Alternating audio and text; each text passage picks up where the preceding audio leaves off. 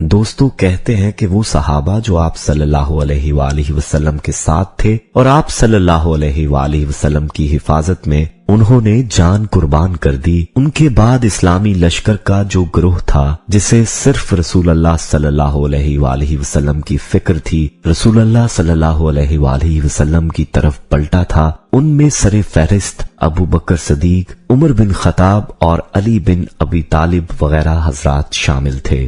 یہ لوگ مقاتلین کی صف اول میں بھی سب سے آگے تھے، لیکن جب نبی صلی اللہ علیہ وآلہ وسلم کی ذات گرامی کے لیے خطرہ پیدا ہوا تو آپ صلی اللہ علیہ وآلہ وسلم کی حفاظت اور دفاع کرنے والوں میں بھی سب سے آگے آ گئے۔ ایسے میں حضرت علی رضی اللہ تعالیٰ عنہ کی شجاعت کے بارے میں یوں بیان کیا گیا ہے کہ جب کفار کا گروہ حضور اکرم صلی اللہ علیہ وآلہ وسلم کی جانب بڑھنے کی کوشش کرتا تو آپ صلی اللہ علیہ وآلہ وسلم حضرت علی کو فرماتے، علی اس کو روکو، تو حضرت علی رضی اللہ تعالیٰ عنہ اس گروہ کا مقابلہ فرما کر اس کے منہ پھیر دیتے اور کئی کفار کو آپ رضی اللہ تعالیٰ عنہ نے تنہا قتل کیا۔ اس پر حضرت جبرائیل علیہ السلام نے آ کر حضرت علی رضی اللہ تعالیٰ عنہ کی اس بہادری کی تعریف فرمائی تو حضور اقدس صلی اللہ علیہ وآلہ وسلم نے فرمایا، بے شک علی مجھ سے ہیں اور میں علی سے ہوں، یعنی ان کلمات سے آپ صلی اللہ علیہ وآلہ وسلم نے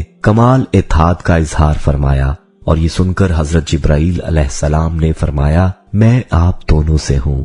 تو دوستو یہ ہے حضرت علی رضی اللہ تعالیٰ عنہ کی بہادری کا وہ واقعہ جو غزوہ احد کے موقع پر پیش آیا۔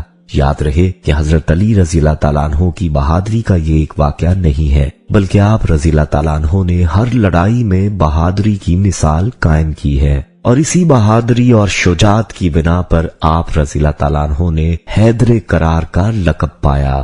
یاد رہے کہ شجاعت و بصالت حضرت علی رضی اللہ تعالیٰ عنہ کا مخصوص وصف تھا جس میں کوئی معاصر آپ کا حریف نہ تھا۔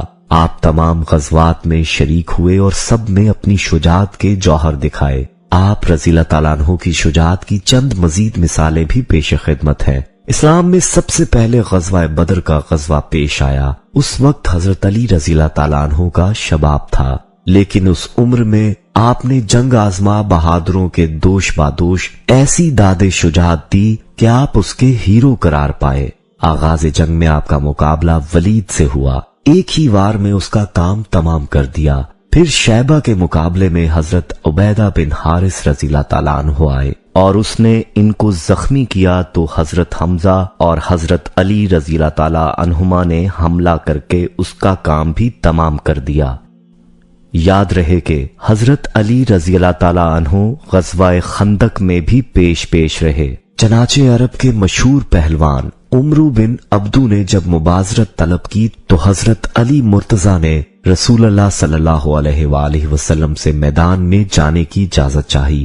آپ صلی اللہ علیہ وآلہ وسلم نے ان کو اپنی تلوار عنایت فرمائی، خود اپنے دستے مبارک سے ان کے سر پر امامہ باندھا اور دعا کی، خداوندہ تو اس کے مقابلے میں ان کا مددگار ہو۔ اس اہتمام سے آپ ابن عبدود کے مقابلے میں تشریف لے گئے اور اس کو زیر کر کے تکبیر کا نعرہ مارا، جس سے مسلمانوں کو معلوم ہوا کہ انہوں نے اپنے حریف پر کامیابی حاصل کر لی۔ غزوہ خیبر کا معرکہ حضرت علی رضی اللہ تعالیٰ عنہ ہی کی شجاعت سے سر ہوا۔ جب خیبر کا قلعہ کئی دن تک فتح نہ ہو سکا تو حضرت صلی اللہ علیہ وآلہ وسلم نے فرمایا کہ کل میں جھنڈا ایسے شخص کو دوں گا جو خدا اور خدا کے رسول کو محبوب رکھتا ہے اور خدا کے رسول اس کو محبوب رکھتے ہیں۔ چنانچہ دوسرے دن آپ صلی اللہ علیہ وآلہ وسلم نے حضرت علی رضی اللہ تعالیٰ عنہ کو جھنڈا عنایت فرمایا اور خیبر کا رئیس مرہب تلوار ہلاتا ہوا اور رجز پڑھتا ہوا مقابلے میں آیا۔ اس کے جواب میں حضرت علی مرتضیٰ رضی اللہ تعالیٰ عنہ آگے بڑھے اور مرہب کے سر پر ایسی تلوار ماری کہ سر پھٹ گیا اور خیبر فتح ہو گیا۔ خیبر کی فتح کو آپ کے جنگی کارناموں میں خاص امتیاز حاصل ہے۔ دوستو ویڈیو پسند آئی ہو تو اسے لائک کریں، کمنٹ میں اپنی رائے دیں، فیس بک، واٹس ایپ اور دیگر سوشل میڈیا ایپس پر اس ویڈیو کو صدقہ جاریہ کی نیت سے شیئر کریں۔ احباب، ہمارے ہاں خصوصی دعا کا اہتمام بھی کیا جاتا ہے۔ اس دعا میں شامل ہونے کے لیے اپنا نام کمنٹ سیکشن میں ضرور لکھیں۔ ہمیں آپ کے کمنٹس کا انتظار رہے گا۔ اللہ حافظ۔